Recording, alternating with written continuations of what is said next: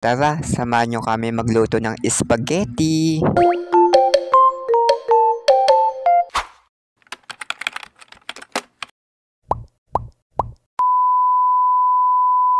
Hi guys! Welcome back to our channel. So for today's video, gagawa naman kami ng spaghetti.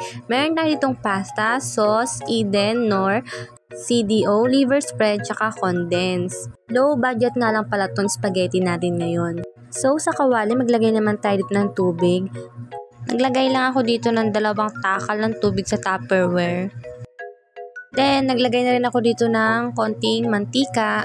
Tapos 1 tablespoon ng asin. Siyempre, hindi natin yung apoy. Paano maluluto, diba, kung walang apoy? Tapos, yung medyo pakulo na, nilagay ko na tong pasta. Habang pinapakuluan ko tong pasta, naghati naman na ako dito ng bawang sibuyas. Dati pala, nung bata kami, hindi kami nakakatikim ng spaghetti. Saka lang kami nakakatikim kapag merong handaan. Pero ngayon, kahit walang handaan, nakakaluto na ako.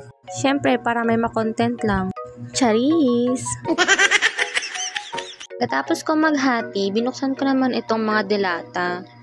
Easy na sa akin yung pagbukas ng lata. Hoy, ako lang to.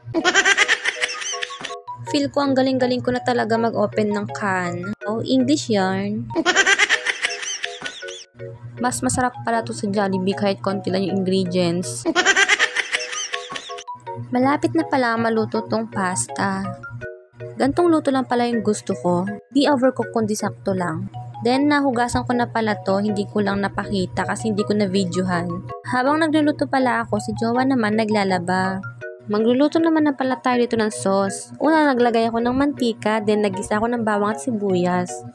Pinagsasabay ko na pala ito. Then, naglagay naman na ako dito ng corned beef. Corned beef lang kasi walang hotdog. Malamang, walang hotdog kasi wala naman nakalagay dyan. Ginisa ko lang pala to. Then, halo-halo lang. Nung nagisa ko naman na yung corned beef, nilagay ko naman na tong sauce. Naglagay din pala ako ng konting tubig dyan, hindi ko lang napakita kasi hindi ko na-videohan. Lagay na rin ako ng Knorr cubes, pork pala nilagay ko dyan. Then, naglagay ako ng paminta.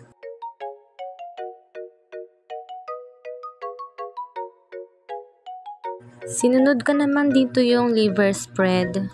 Buti bumili pala ako nito dati nung nag-grocery kami. Kasi nagdadalawang isip ako kung saan ko ilalagay. Buti naisip ko na pwede naman pala ilagay siya dito sa spaghetti.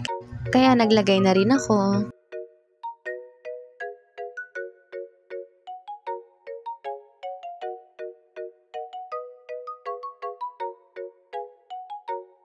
Nag-grate na rin pala ako dito ng cheese.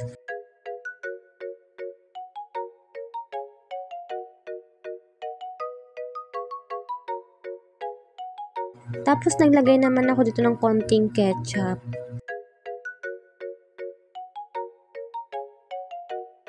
Ang last ko naman na nilagay ay itong condense. Mas masarap kasi sa spaghetti kapag manamis-namis.